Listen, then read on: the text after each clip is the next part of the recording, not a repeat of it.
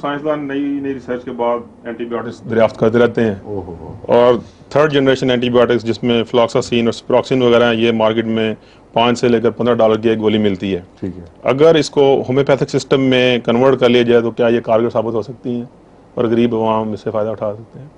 کس سے؟ Anti biotic سے؟ اینٹی بایوٹک کو اگر ہومیوپیتھک سسٹم میں ہم کنورٹ کر لیں تو پوٹینسیز وہ میں تو یا بہت خطرناک چیز بن جائے گی.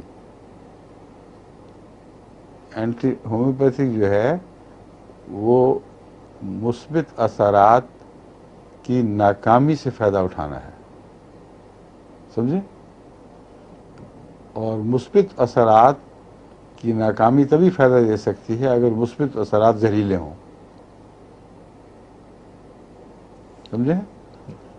اگر آپ کو تو نہیں، یعنی دنیا میں کسی کو زہر کا ایک قطرہ دیا جائے جو اس کی جان لینے کے لیے کافی ہو، اس کو اگر بہت ہی ہلکی حالت میں ہومیوپیتھک طاقت میں تبدیل کر کے دیں تو وہ زہر جو بعض خطرات کا حامل تھا وہ ان خطرات کے بالکل برعکس نتیجے پیدا کرے گا، کیونکہ وہ اتنا ہلکا ہو چکا ہوگا کہ جسم اس کی ہر کوشش کا ایک منفی جواب دے گا.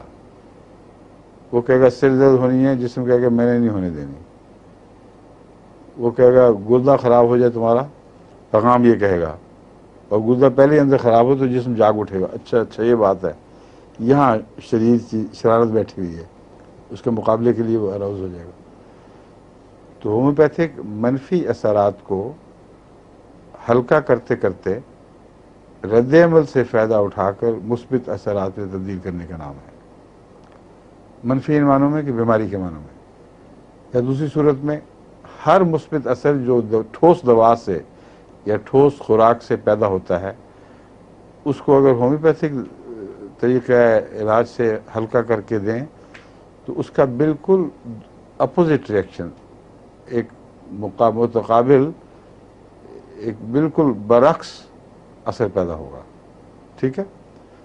تو اینٹی بایوٹکس کو اگر آپ نے ہومیوپیتھک بنائی تو جن جن جراثیم کو مارنے کے لیے آپ استعمال کرتے ہیں ان جراثیم کو طاقت دینے میں کام آئے گی، سمجھے؟ اس کا رد عمل جو ہے اگر جراثیم تک پہنچے گا تو کہیں گے اوہ ہو یہ تو ہمیں مارنے کے لیے تیار بیٹھے ہیں. فوری طور پر ریئیکٹ کرو، اور وائرسز میں ایوالو ہونے کی اتنی طاقت ہے کہ بڑی جلدی سے ایوالو ہوتے ہیں. تو تصور بھی نہ کریں اینٹی بایوٹک ہومیوپیتھک کی.